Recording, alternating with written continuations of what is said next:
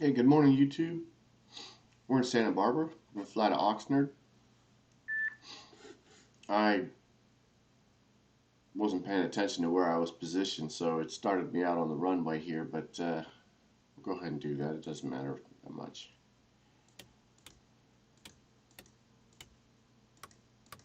I was a little under the weather yesterday and didn't really feel up to flying.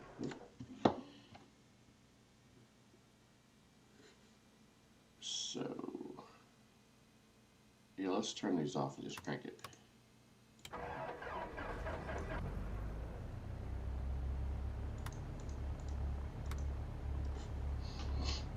Excuse me, I didn't put my headset on yet, so I'm going to go ahead and do that.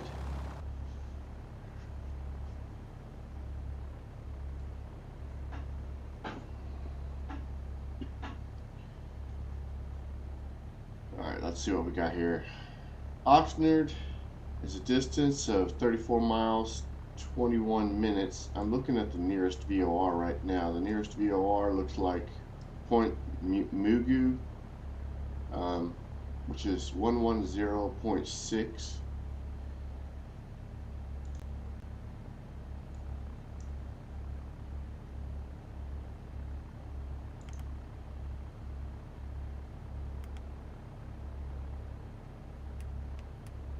Let's see if that picks up. 110.6 does not. However, it's only 34 miles away, so we can try Camarillo 115.8. Let me look at that.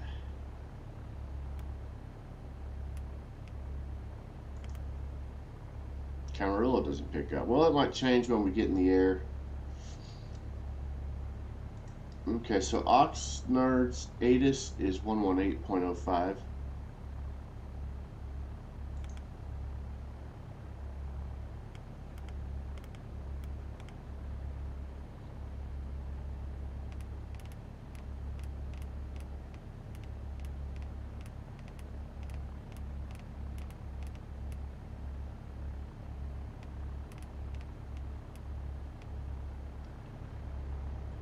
Now, that looks good. So let's see if that checks in. Oxnard information Romeo.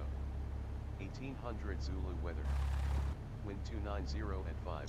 Visibility more than 10. Sky clear. Temperature 13. Dew point 7. Altimeter 3009. Arriving runway 25. Departing runway 2. Alright, so 3009 for the altimeter.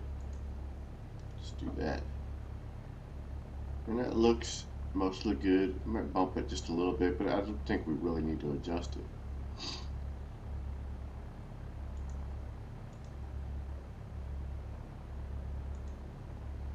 Okay. And then 25 was the runway. So let's look at the flight planner.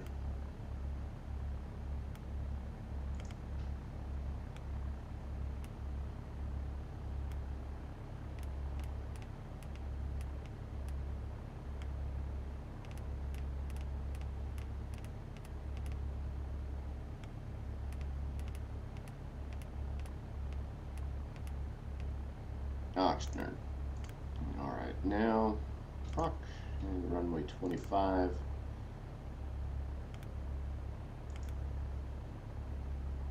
Sadie sounds good. And we'll activate it.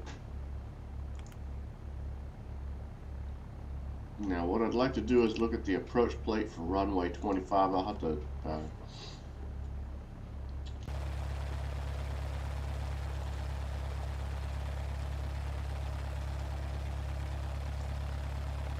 see.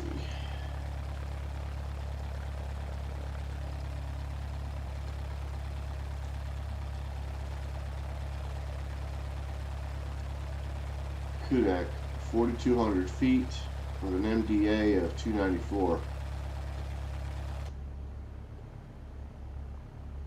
So Kudak, we need to be at an altitude of about 4,200 feet, and then the MDA was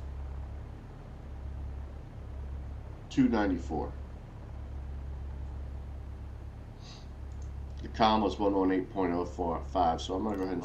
Oh, well, we already listened to it. Never mind. What am I thinking?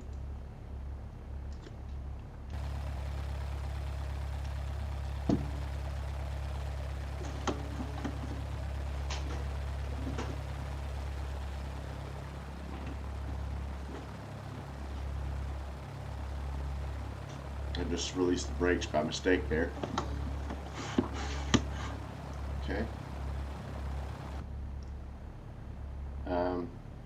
GPS here, and I want to check magnetic north. West and 24. It's close, but not right on.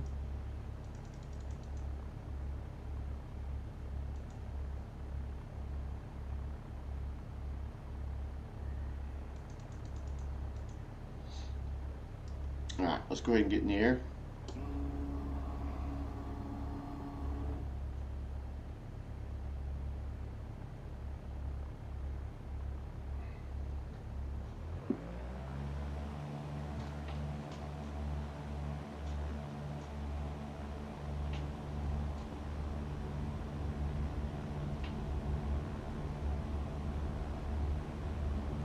Short runway.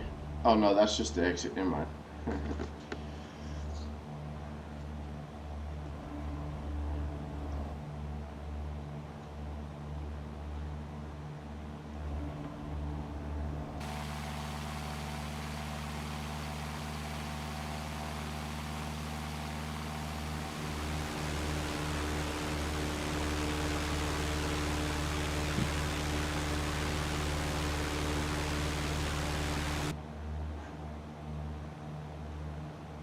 Alright, let's engage the autopilot. Actually, we'll do a vertical speed of 7.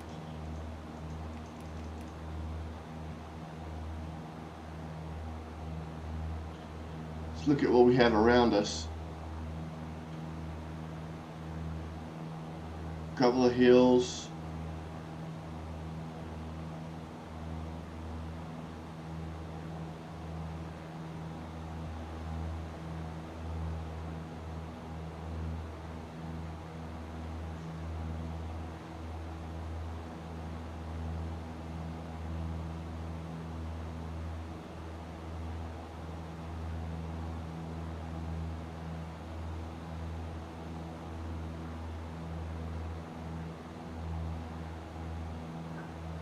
Alright, so we picked up the VOR. That says 40 miles away. That can't be right. Well, yeah, Camarillo is a little bit, it'll be to the left and to the north, or not to the north, but to in front of Oxnard a little bit, so that might add a few miles to that particular waypoint. Not a big deal.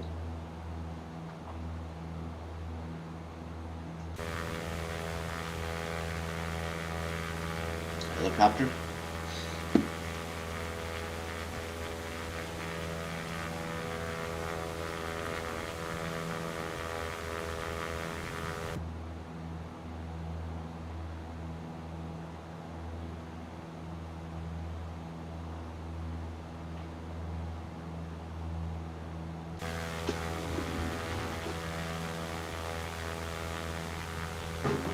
I'm actually stepping away from the computer for a second.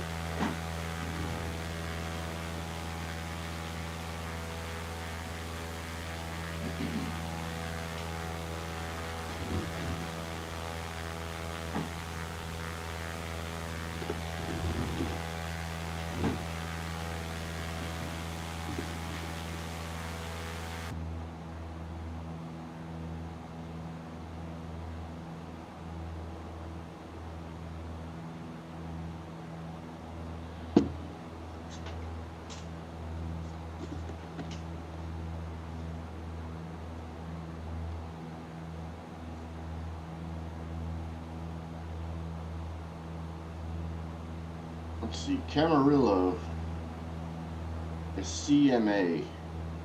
I haven't done anything with the 430 in a while. I'm going to program CMA in there.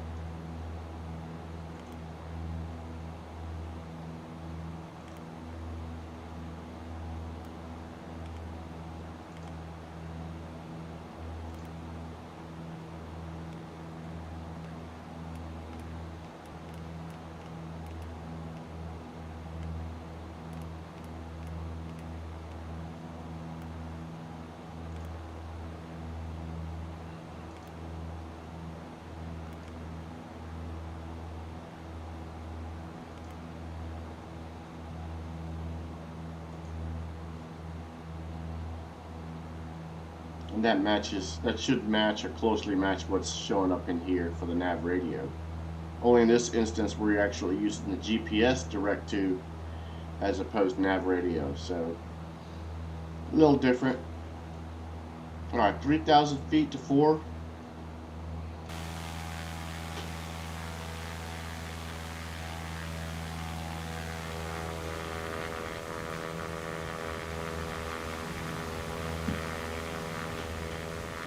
Crossing over the ocean.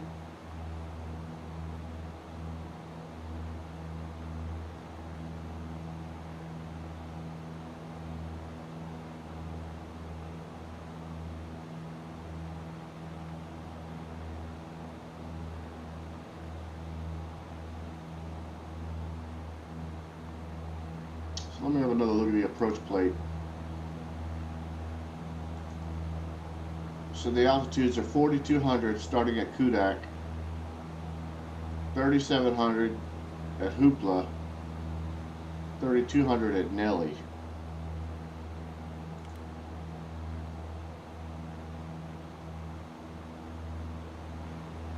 So by Nelly, I'll be at 3,200 feet. I think Nelly is the one I'm going to pay attention to most.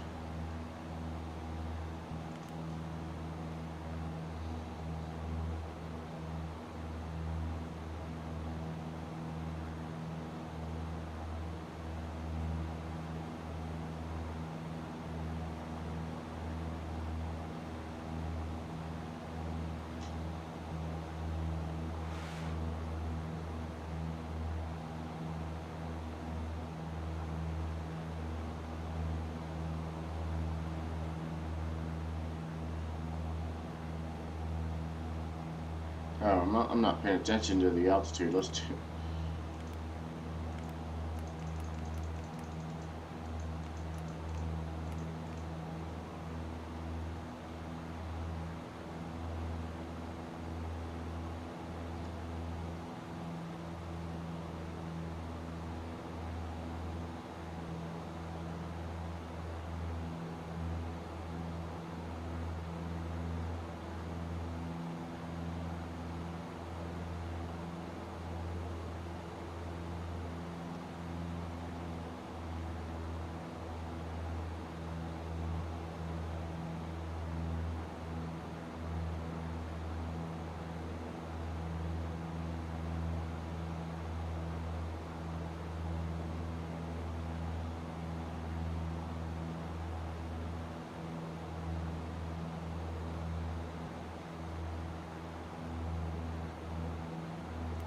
Alright, altitude hold at 4,000.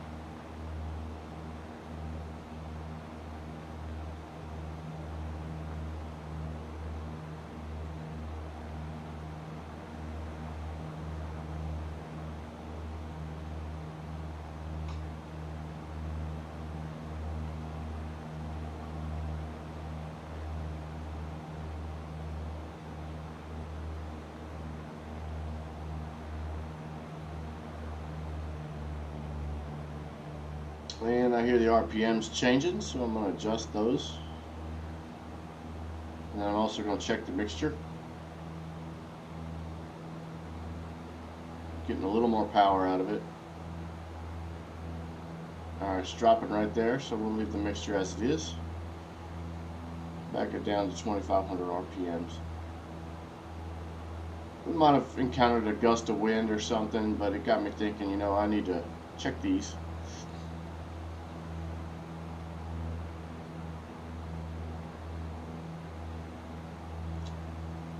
Magnetic north still looks good.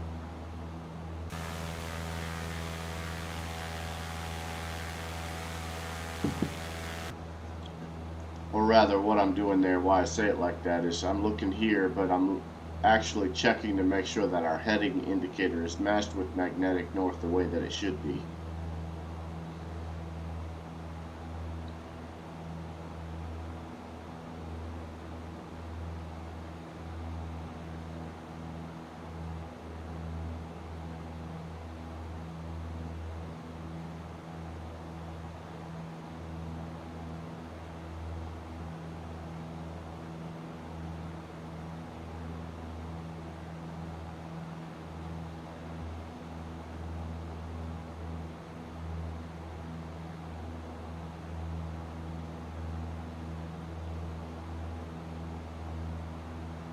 So it looks like our flight might be taking us past the runway.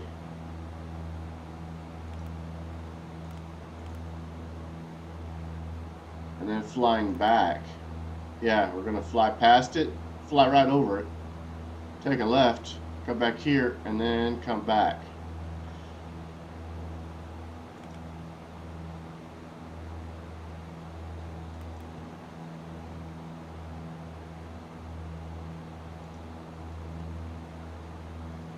That's why the distance, I was like, well, the waypoint's north of it, not north, but it's actually further south of us and gave us extra distance. But I'm looking at the distance for the GPS, I'm like, wow, no, that's considerably more than just a straight 2 from one runway to the next. And keep that in mind when I mentioned the distance at the beginning of the video, and what did I say it was? Let me double check here. I said it was 34 nautical miles. That's direct from one airport to the next. But if we do an approach for like an RNAV landing, depending on where that initial fix is, it could actually add distance to it. And the distance I'm giving and the estimated time is if we were to do direct to without actually using instruments for an approach. Now I could add all that in there, but it's a little bit more of a challenge with SkyVector for that. I would have to look at the GPS, then type in the fixes, and then be able to give you the information. Or the other option would be to go to a website like SimBrief and then put in what runway that I wanted to land at, and there's a good likelihood it would give me a flight plan that's very similar to what we're already using.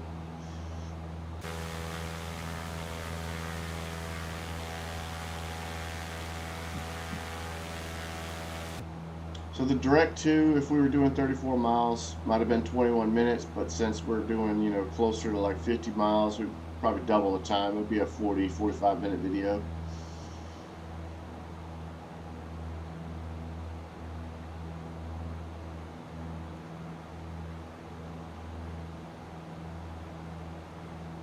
Maybe an hour.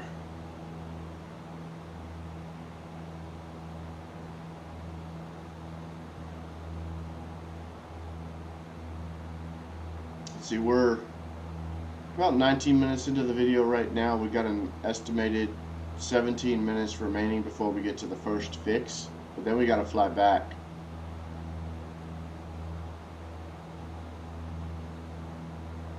Fly over a little bit and then back.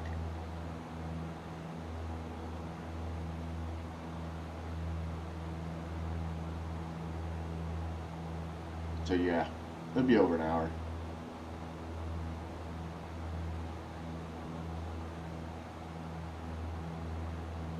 Again, I didn't fly yesterday. I just didn't have it in me. I didn't have the energy.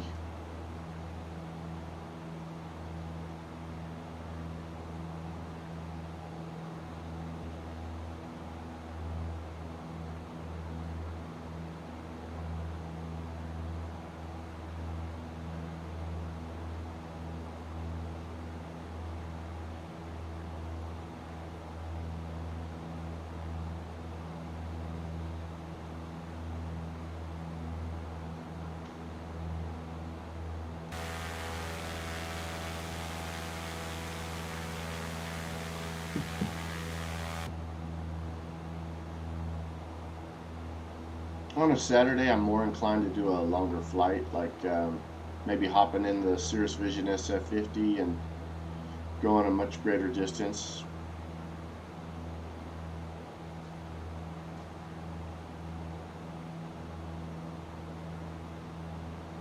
or even a Sunday. You know, just a weekend, I tend to do the longer flights.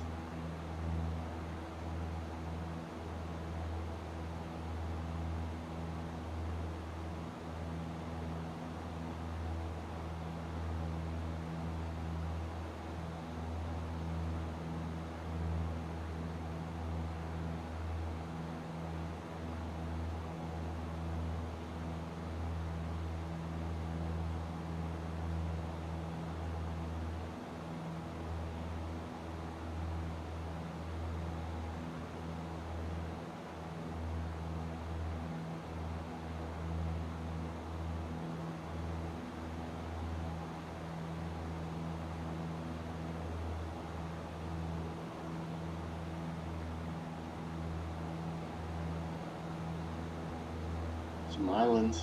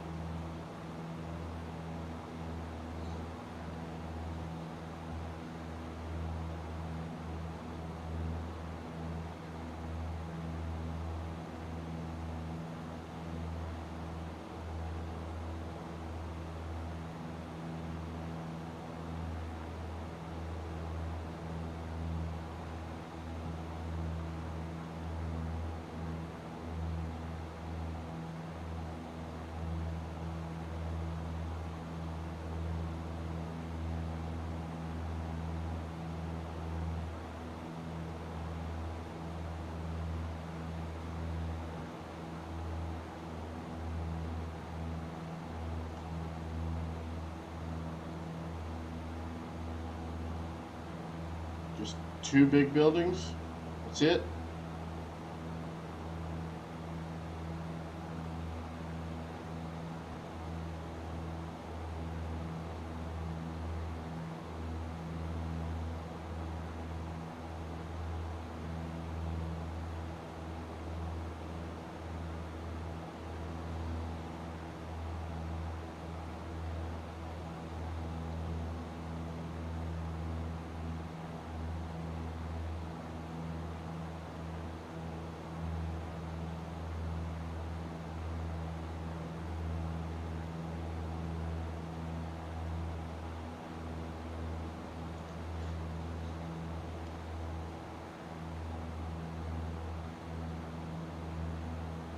I think I was wondering about the unless they used an older model aircraft, like from say the X-Plane 10 or something. Whoever did the John Fly, you know, the Carbon Fly edition, they don't have the autopilot on the yoke. They just have a flatter button or flatter thing like that on this side, and this whole piece is missing. So I wonder what happened there. And I wonder how much of a challenge it would be to get it back. No, I take that back. It's not necessarily the John Fly carbon. No, that yeah, I'll have to double check on that. Okay, but for certain, it is the aircraft that has the GTN 750 in it. It does not have the autopilot on the yoke. So I might have been using both, but it's not the John Fly Carbon edition that made it that way. It was the edition or whatever of the GTN 750 to whatever aircraft was used that maybe didn't have. Either they removed it, or it just wasn't on the aircraft model they were using when they made that when they fitted that aircraft with the GTN 750.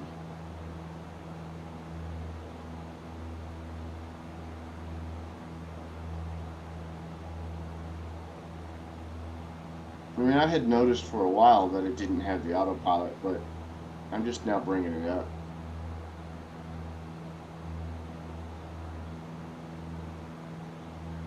I don't mind that it doesn't, but I have my autopilot on my yoke positioned roughly where that one is to make it more realistic for me, because initially when I started flying X-Plane 11, I could engage the autopilot by clicking the button down there, but I didn't know how to disengage it, and it wasn't readily apparent to me that little red button there on the yoke was the disengage button for the autopilot.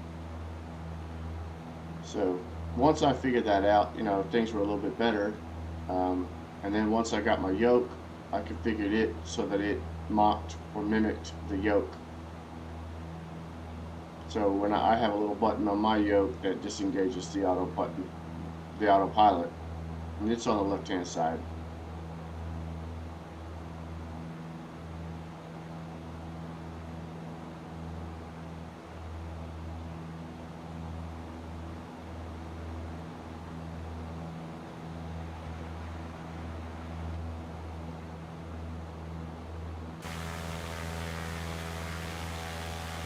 Couple of airports, one there,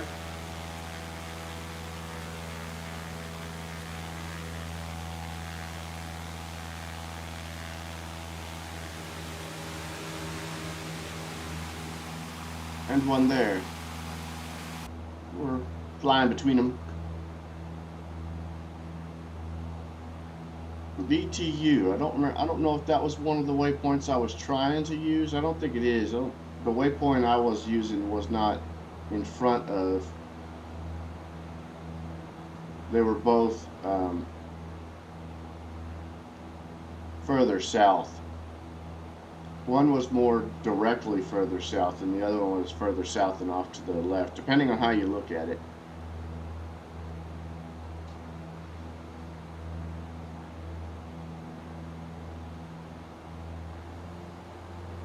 A little turbulence there. Alright, let me back down the RPMs until the plane settles down some. It's like the weather changed on us perhaps, and we got tailwind maybe. What is our ground speed? 121. It's pretty much matches our speed.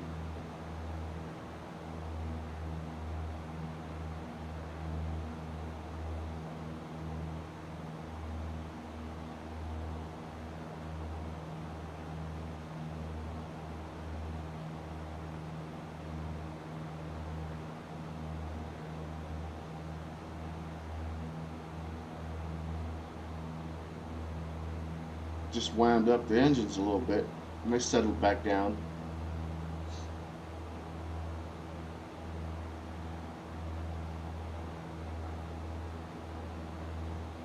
I don't know if that happens in real life or if that's just an in-game thing. When you fly within a certain region, you know, the weather kind of resets a little bit and causes that slight imbalance.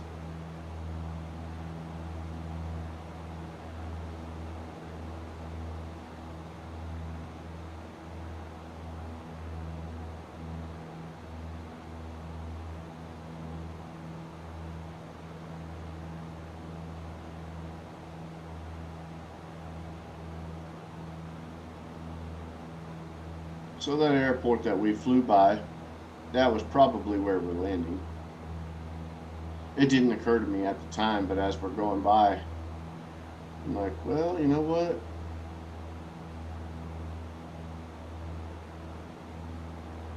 Might very well be Oxnard.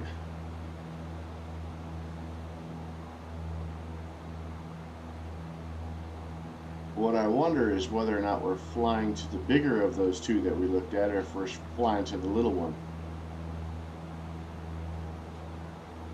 Let me look at the map.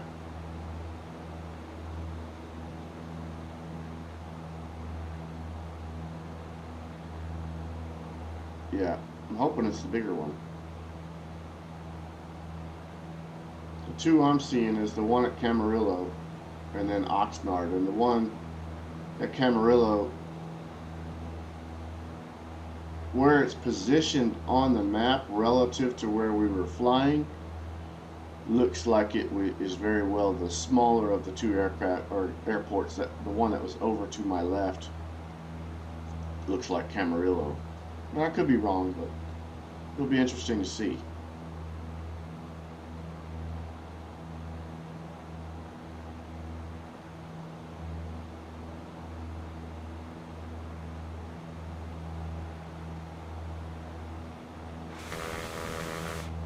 See, I don't know if we can still see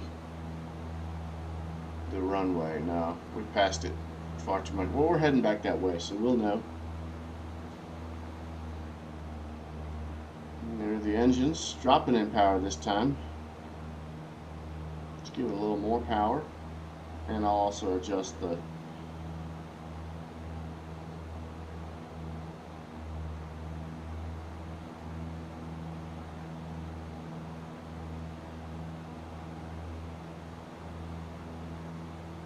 That's good. So coming over these mountains too might have something to do with the, the air, the wind and whatnot. Because if there is any wind lower down below and it's coming up over the edges of those mountains, it's going to affect us a little bit like that.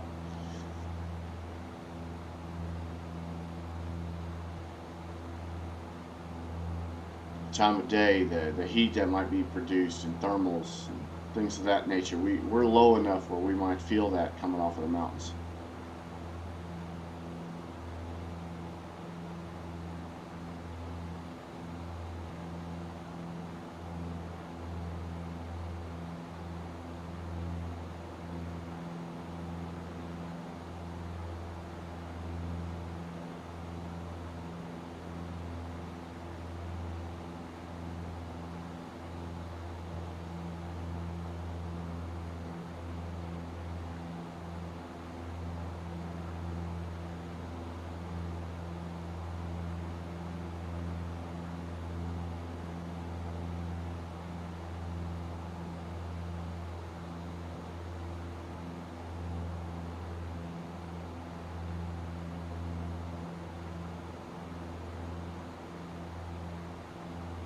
Alright, I'm going to switch over to the approach plate and just remind myself 3200 at Nelly.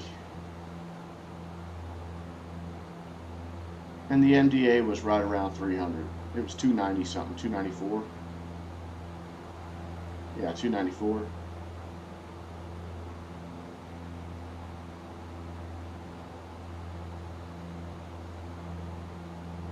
That's pretty low. So we'll be right on the runway before I need to disengage the autopilot. Just in front of it.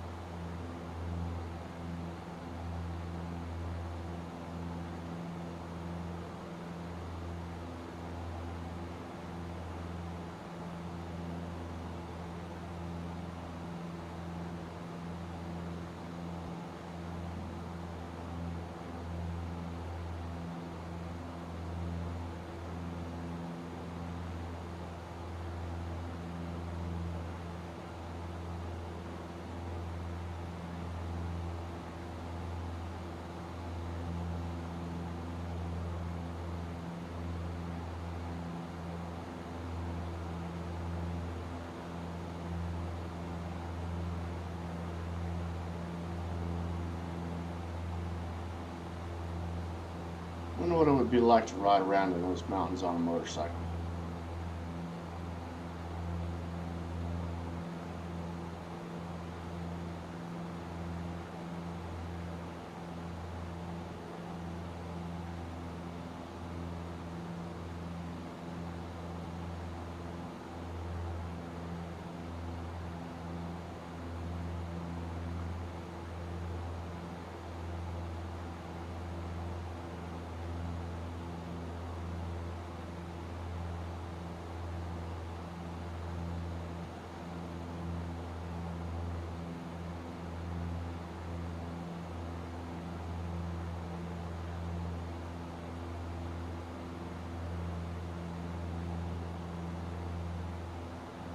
Alright, Sadie to Kudek.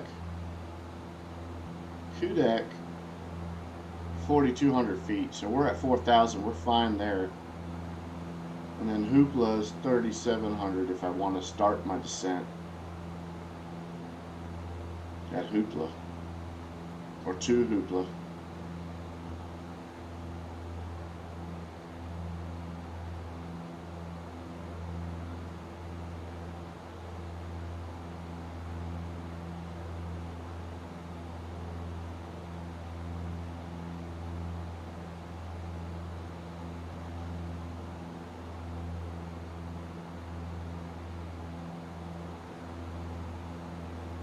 Yeah, imagine riding a motorcycle in those mountains would be a lot of fun.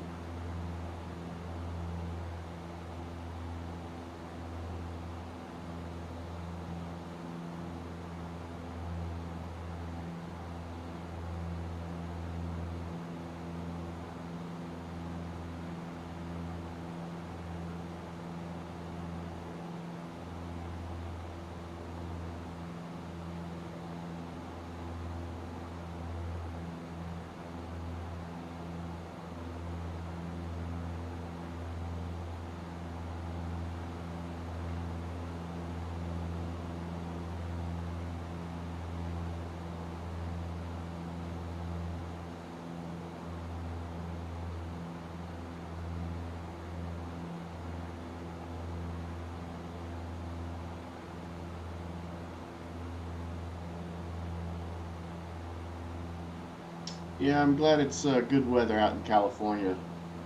Part of the reason I chose to be flying out in this area is because it's colder here, temperatures in North Carolina. And as of late, I mean, it's been a lot of sleet and rain and cold and icing over and whatnot.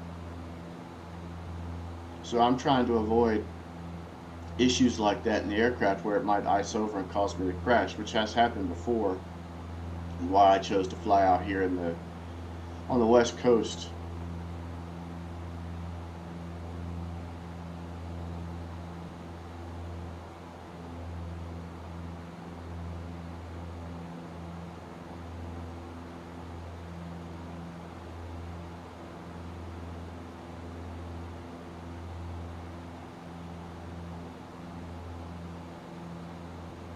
It's sort of a, well, maybe some newer or modern Cessnas have de-icing capacity, but it's sort of a little bit of a disappointment to me, I think, that my Cessna doesn't have de-icing.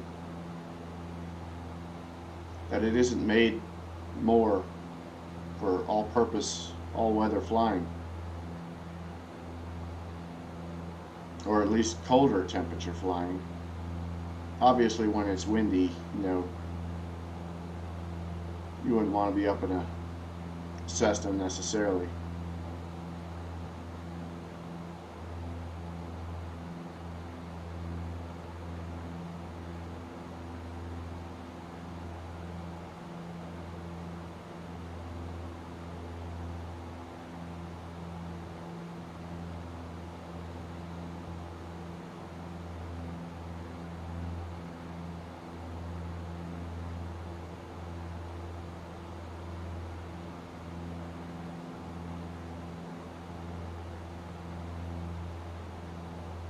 Alright, at Kudek, I'll go ahead and begin my descent to 3,800 feet, which isn't going to take long since it's only 200 feet.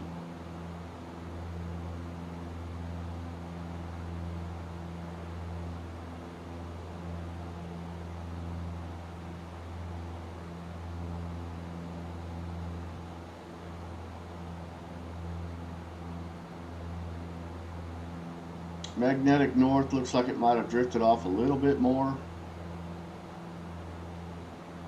But I won't worry about that yet because we're about to take turn.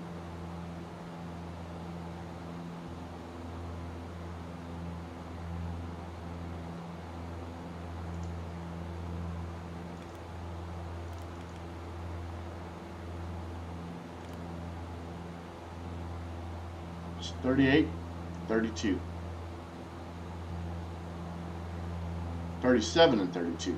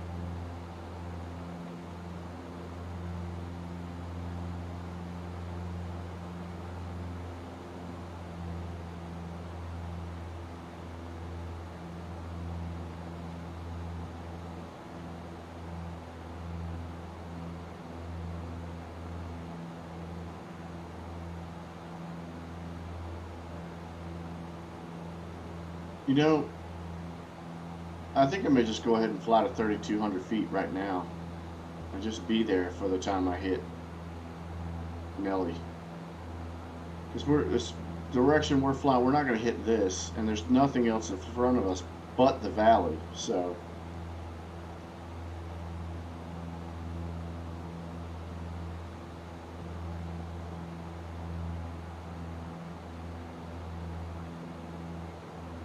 and at the rate I'm going, now we'll be at 3,200 well before Nelly.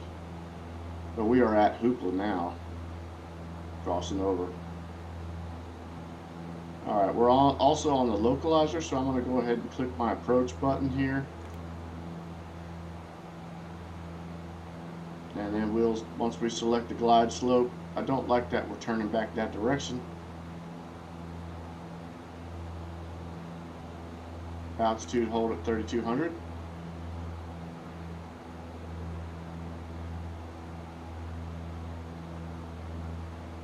Let's watch the mountains.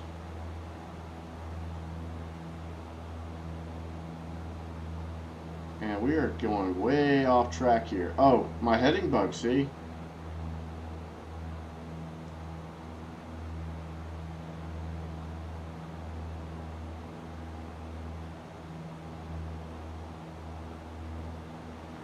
What did I choose? Runway 25.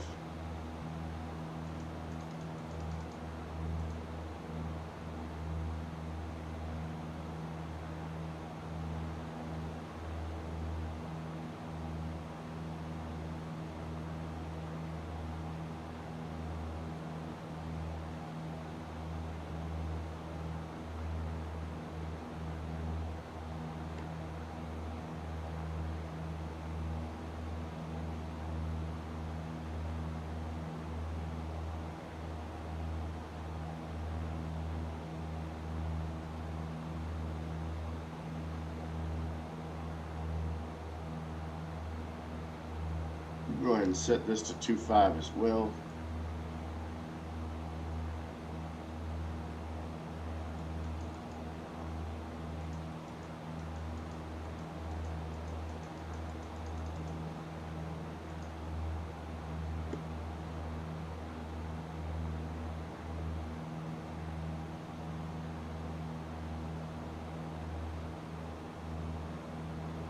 Okay, we're almost on the glide slope there, so I'm going to go ahead and hit this to intercept it, and to begin the descent, I'll go ahead and start slowing the aircraft down. We're still not entirely lined up because of my heading bug issue there, but we'll get there. And we are landing over here. And yeah, that's Camarillo. That's the one, and then the other one on the other side was a little bit bigger. Alright, let's go ahead and extend some flaps. Just the first stage of flaps will be fine for now. Start slowing the aircraft down some.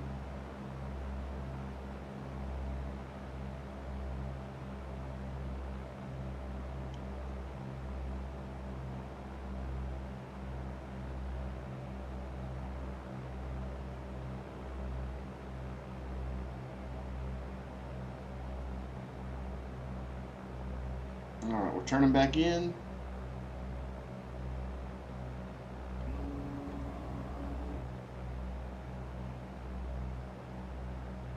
Landing and taxi lights on.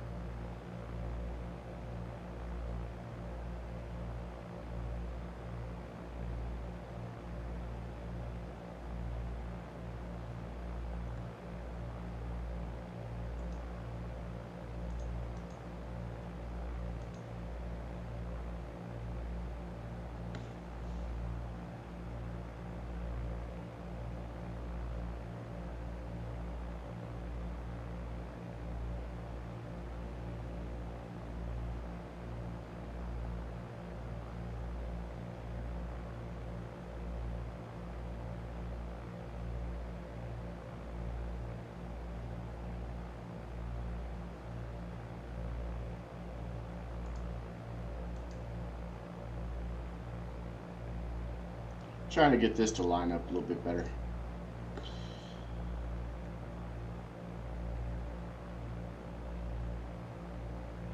Alright, we're at 60 knots. I'm trying to maintain it, not drop too much below it.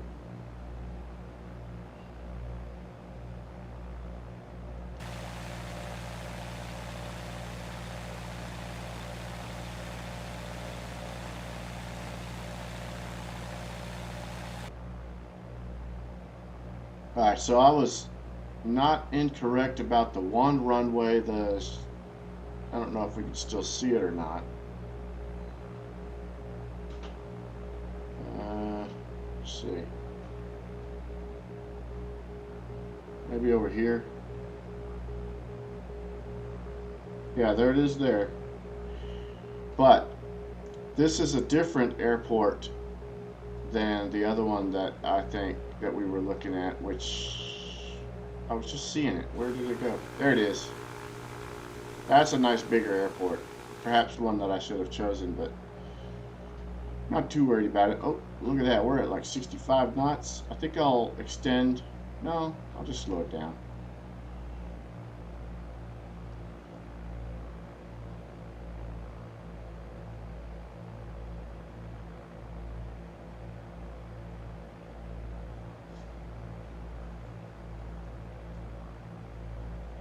So if I go and look at the map here,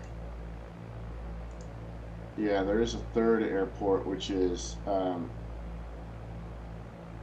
Point Mugu. I think that bigger one is Point Mugu.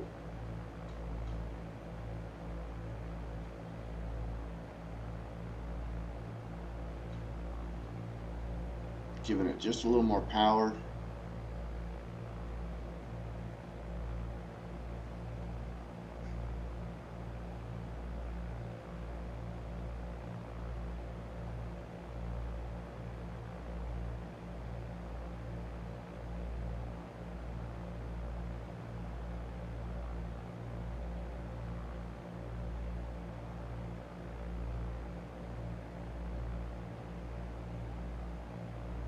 So we're about 51 minutes almost into the video. By the time we land and I do a replay, it'll be about an hour.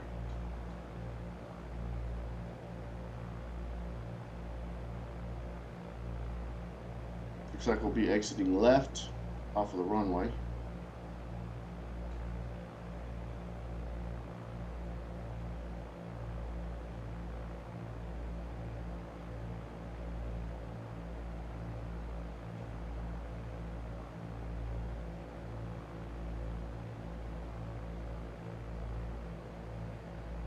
There's a train down there. Let me see if I can zoom in on that.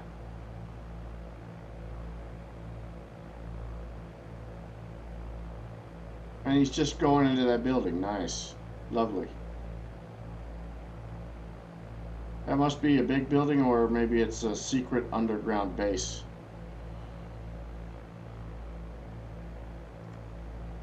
It's cool to see a train, but not to see it. Oh, there's another train. But not to see it go into a building and then just disappear. You know, that's a little odd.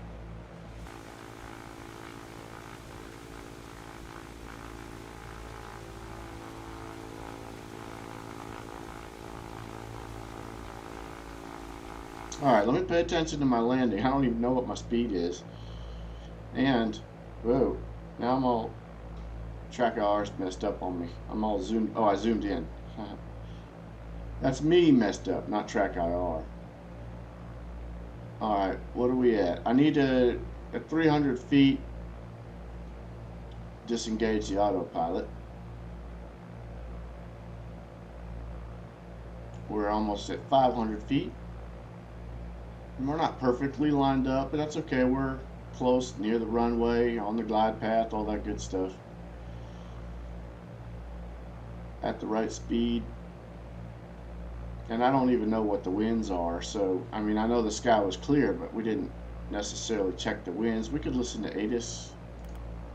Oxnard information Zulu 290 at 5, so 5 knot winds 290.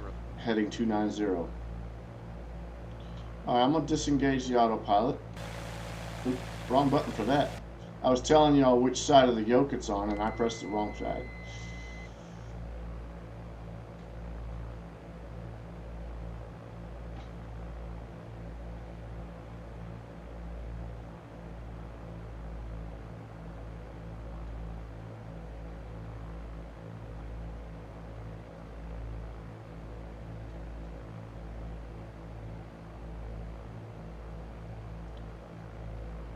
So the winds are crossing us a little bit from the tail. So we should technically be landing in the other direction. But 5 knots isn't, isn't so bad.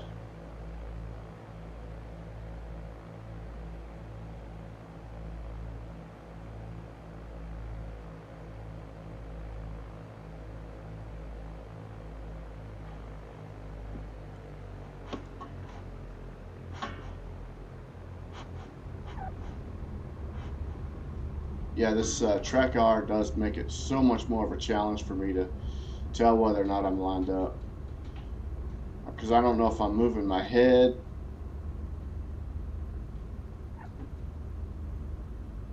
just trying to see it, you know, just try to stay lined up using my head instead of the yoke.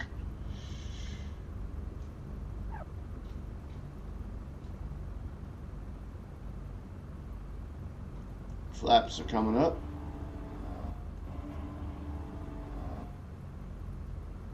Helicopters.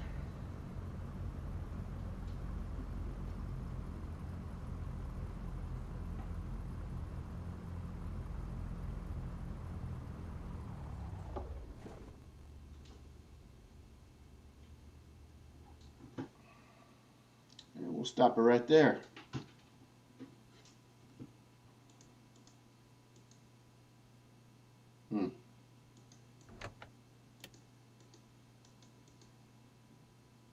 Come on then. Having trouble hitting these buttons this morning.